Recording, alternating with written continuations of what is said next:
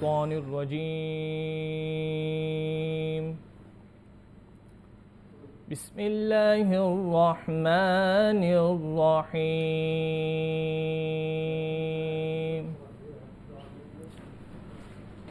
كلا بل تكذبون بالدين وإن عليكم لحافظين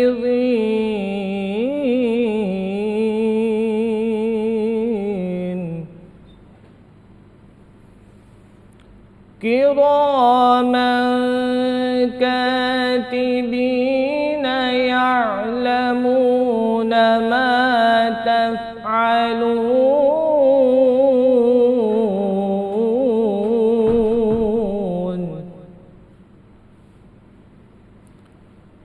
إن الأبرار لفي نعيم وإن الفجار لفي جحيم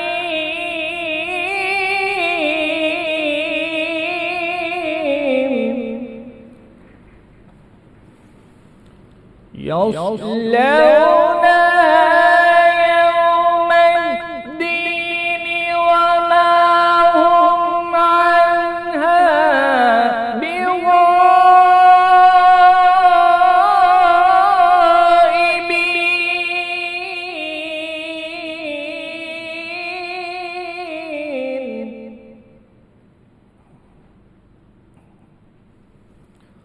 وما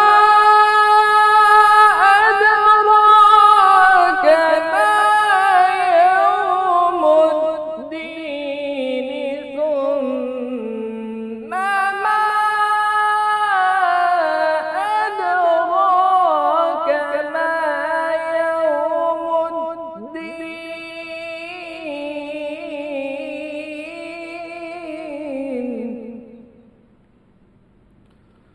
يوم لا تملك نفس لنفس شيئا يوم لا تملك نفس لنفس شيئا والأمر يومئذ لله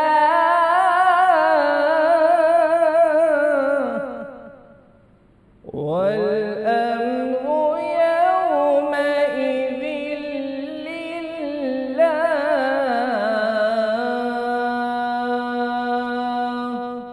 صدق الله العظيم.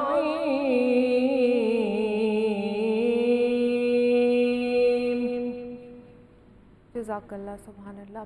السلام علیکم۔ لاہور نیوز کی رمضان ٹرانسمیشن روح رمضان میں آپ سب لوگوں کو خوش آمدید کہتے ہیں جناب۔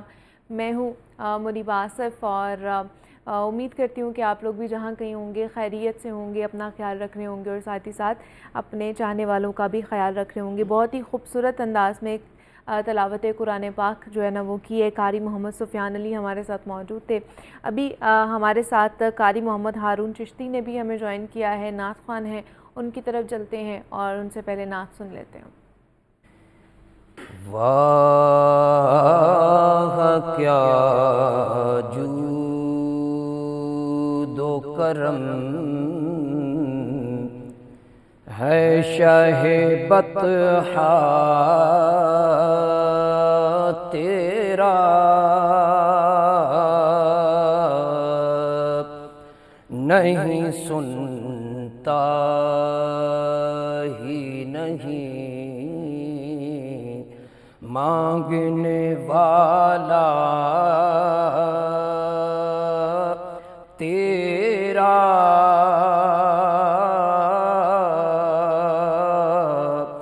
واہ کیا جود و کرم، میں تو مالک کہوں گا کہ ہو مالک کے حبیب، یعنی محبوب و محب میں نہیں میرا تیرا،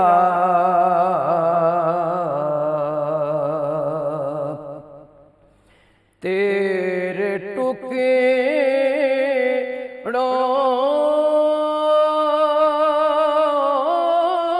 سے پلے غیر کی ٹھوکر پہ نہ ڈال،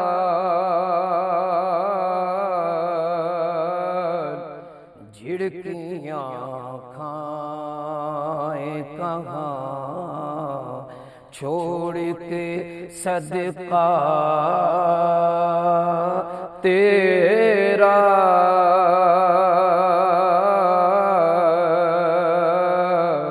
واہ کیا جود و کرم، آسمان خوان زمین خوان زمانہ مہمان، صاحب خانہ لقب کس کا ہے تیرا، تیرا، واہ کیا جود و کرم، تیری سرکار میں لاتا ہے رضا، اسے کو شفیع،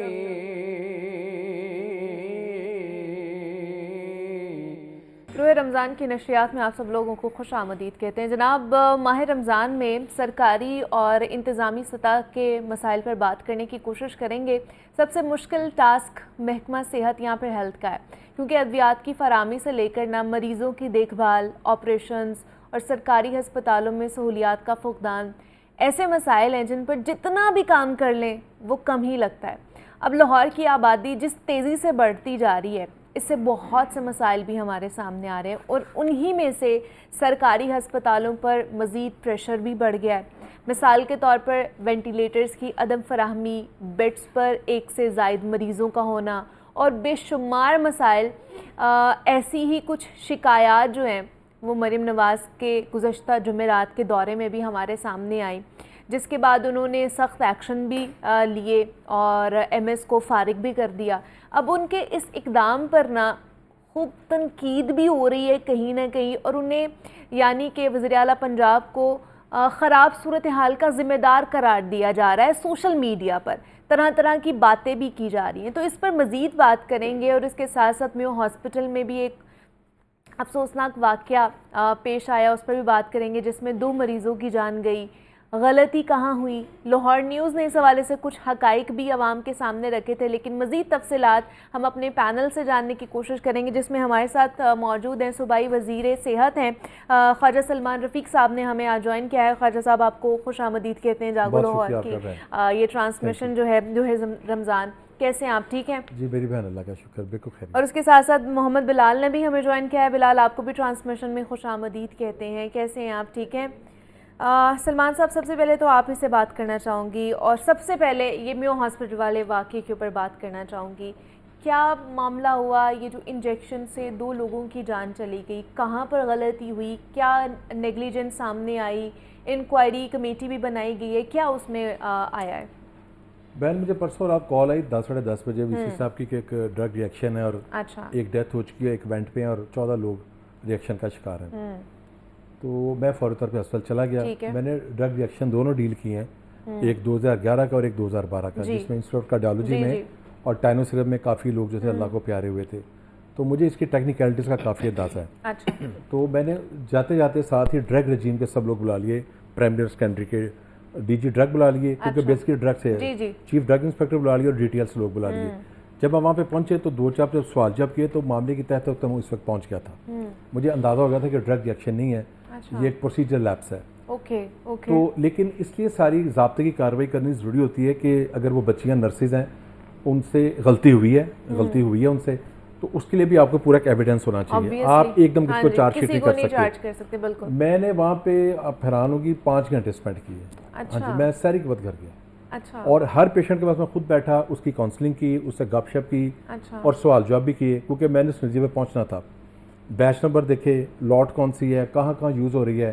پھر اسی رات وہیں بیٹھے بیٹھے ہم نے پنجاب کے جن جن ہسپتالوں میں وہ یوز ہو رہے تھے, رحیم یار خان, بہالپور, سروس جنا, سارے ایم ایس اٹھائے, سارے پرنسپل اٹھائے, اس اسٹاک کو فوری طور پہ بند کیا تاکہ جب تک ہم اسٹاک چیک نہیں کر لیتے اس کو ڈسپینس اور یوز نہیں کرنا.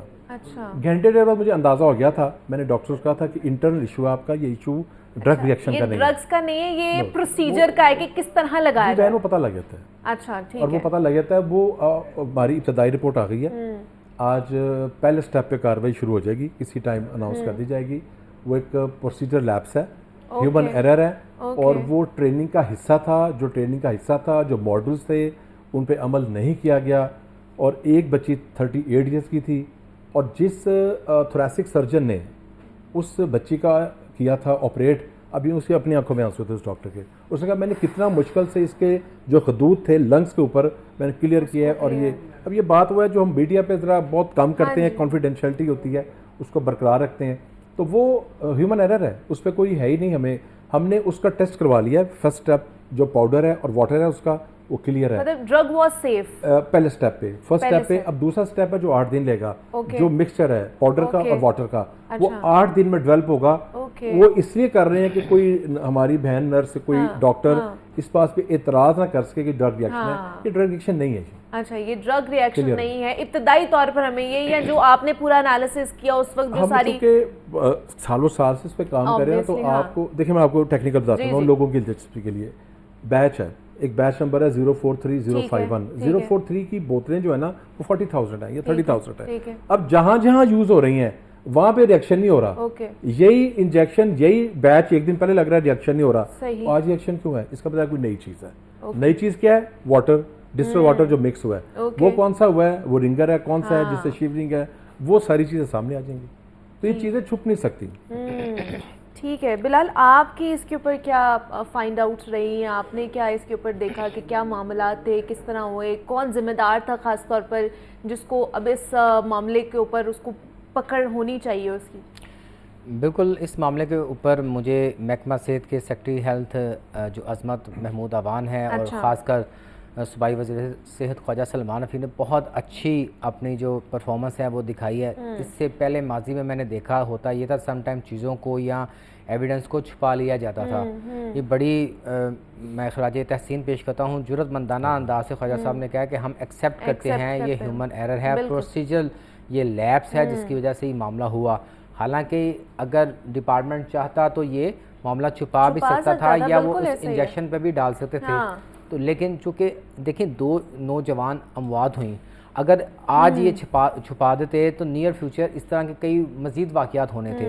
تو اس طرح اس پریکٹس کو روکنا بڑا ضروری ہے. اس کے لیے جو انجیکشن واٹر فور انجیکشن آتا ہے پاؤڈر کو مکس کرنے کے, اسی کا استعمال کرنا چاہیے, نہ کہ آپ اپنی آسانی کے لیے, ایز کے لیے وہاں پہ جو لگی ڈرپس ہیں ڈیکسٹروز کی یا ڈینگل لیکٹیٹ کی یا کچھ اور نارمل سلائن کی, آپ اس سے واٹر لے کے آپ اس سے انجیکشن بھر کے لگا لیں.